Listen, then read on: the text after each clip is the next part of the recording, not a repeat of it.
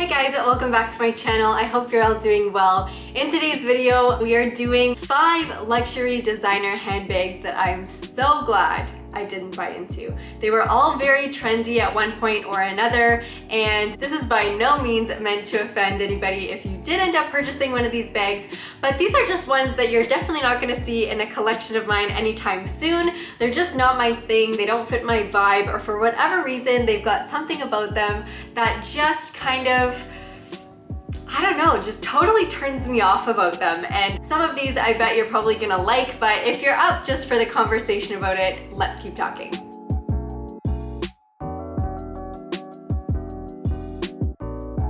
The first one has definitely come and gone. It was huge, everybody had it. It's the Gucci Marmont. And I'm gonna insert a picture of it here. The one thing that I can say about it is that it does have a specific element of it that just kind of kills me, and it's how the front flap and closure is shaped. If you take a look at this and compare it to a certain undergarment, I just don't think that that's probably what they were intending, and if it is, I just don't really get it. It's just not my thing, and I really don't like that after seeing it, I can't unsee it. If you guys had have seen the Minx for All video where she talked about the Celine Nano luggage, she said that it kind of looks like a robot, and I can see it and I can think it's cute and I can sort of like get over it, and I would definitely buy that bag. I love it. But with this, it's something that I can't unsee that I really wish that I could. The whole design of the Marmont is really just not for me, and if it can't get worse on the front, it certainly does on the back, where it has this like really unflattering heart-shaped design on it. And I don't understand why Gucci did this. It's like a symbol of the time that so easily dates. So this is one that I definitely won't be getting ever. I'm just really not a big fan of it, but I know that so many other people were. Shea Whitney, I think, had a few of these. She had one for sure. I think she did have 2, a nude leather, and then she also had like a velvet textured in the color purple. It was a very saturated purple. I love the idea of a velvet bag. I would never get one in purple, and I most definitely wouldn't get it in the Marmont. Also, just the Marmont line in general, like that belt was just so done. It was done to an excess, and because there were so many fakes and dupes that came out, that just kind of like killed the whole look for me. So it's definitely something that I wouldn't spend thousands of dollars on in a bag form, but I can see why people did get into it, because at the end of the day, it was a more affordable option. Gucci tends to be, and it's not that I would never buy Gucci, but I would just never buy from the Marmont line. Next is the Louis Vuitton multi-pochette, and this bag to me is just like the ultimate influencer bag. If you want to like become an influencer or like a major Instagrammer, this just tends to be the bag that I think of that is just part of like the influencer kit 101. A Louis Vuitton multi-pochette and the Gucci Marmont belt would be 2 of the things that I think most reflect just like an Instagram trendy account, which is really not my vibe anyway. I don't think it's necessary to have trends incorporated into your style. If there's one that you love, the micro bag trend, for example, you know that I invested in. I love the Fendi Micro Peekaboo. I can't tell you how many times I've worn it. I take it with me everywhere. Whenever I'm on any sort of trips or going out of town, I always bring it with me. It's an amazing bag to take out. But this multi-pochette, I think, has elements of like the micro bag trend that I like, but all those different pockets, the pochettes that are sort of strung together in a way that just makes them look kind of like an afterthought of a bag. The different Louis Vuitton pochettes, like the Favorite, they already had designed, so then to add the little coin pouch that's on the side, like the little circular one, and to have sort of a guitar strap that to me seems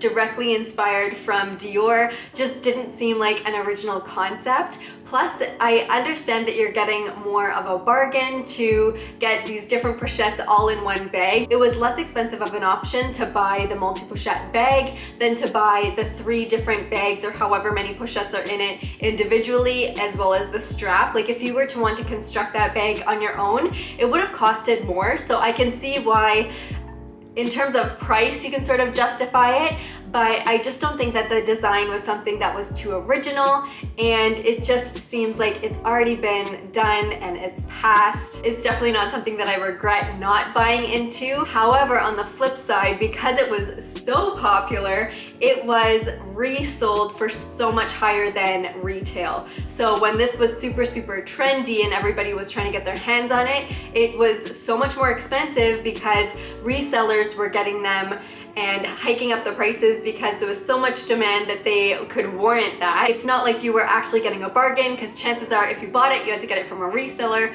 I think you know what I'm saying here. Anyway, it's definitely not one that I could see myself wearing now or even before when it was trending, but I can see why it was so popular, because we also saw that sort of pochette trend happen with the Prada monolith boots.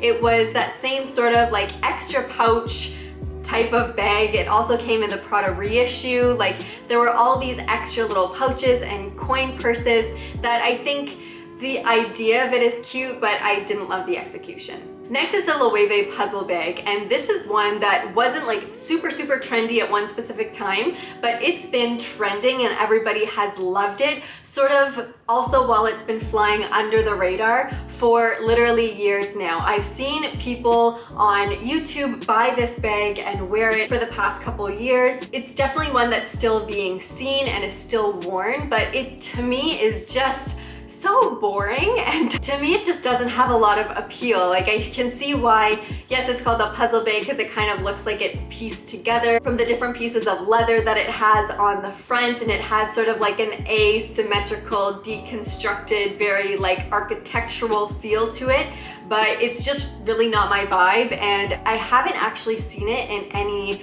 brighter colors. And I think that that actually might be the way that it could best present itself, is that if it was in like a smaller size in a red, for example, to give it more of a pop. But in the neutral colors, I just kind of think it's bland, and it's not really something that I can see lasting super long term. Because it is so understated, it's definitely like a bag person's bag. So me being somebody who's really into handbags, and others who are in the same boat as me would be able to pick that out as a designer handbag. But for somebody that isn't into logos or labels or different sort of collections that are coming out, they definitely wouldn't pinpoint this as a designer bag. And to me, that's normally a plus, but for this bag, I just feel like it doesn't have enough of an impact to make it seem like it's a designer bag. I've heard that the quality of Loewe leather is really good, so that might be a pro to this, but overall, it's just, it really didn't hit the mark for me. Next on the list, and I don't want this to be like a roast of all of these bags because some of them have different iterations that are really cute,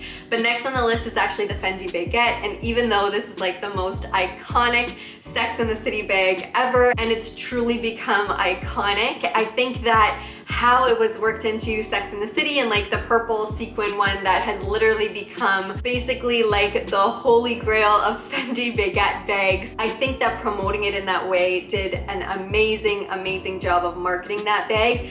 But I don't like it as much in its newest form. I don't love how the FFs are on it, and I think also with the direction that Fendi's going in with their Vertigo collection, Tamara has recently done a campaign with them, and I think that the whole aesthetic together, like the entire outfit done in the Vertigo print, was something that was really interesting, but it's definitely not something that to me will last. And it's just so of the moment that I don't think moving forward, especially just Vertigo in itself, like I don't think that's something that's really sustainable long term. It's very wavy, and Vertigo is like, it's a dizziness, and to me it just looks a little bit confused and dizzy in the print itself. So to me it missed the mark, and just the baguette in general, I think it's a little high priced for what it actually is. I've seen different versions of it that are cute, and again, if you put any bag in front of me that's white with gold hardware, I'll automatically like it more than in other colorways.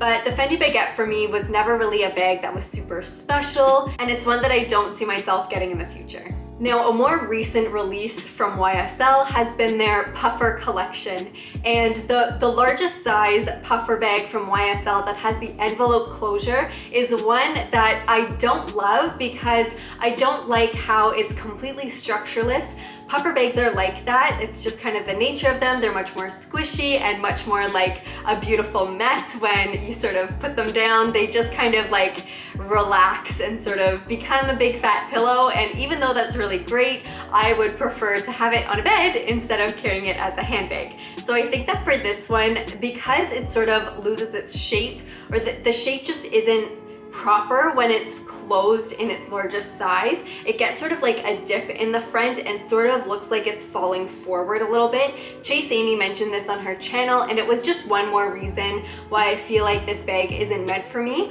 Also, because of the YSL logo on it, I feel like Saint Laurent has done such an amazing job of basically rebranding themselves as Saint Laurent instead of YSL or Yves Saint Laurent, and I just think that they should really run with Saint Laurent instead, and I would love to see them reinvent their logo, even though it has been something that has stuck with the fashion house for years and years and years. I think that to completely jump in with both feet and just completely rebrand to only have it be Saint Laurent, to move away from the YSL logo, the one that overlaps, and honestly entice a new target audience that I think the brand would really benefit from. So I hope that you enjoyed this video. It was just meant to be a little bit of fun. If you agree with me, please let me know, and I'll see you guys in my next one.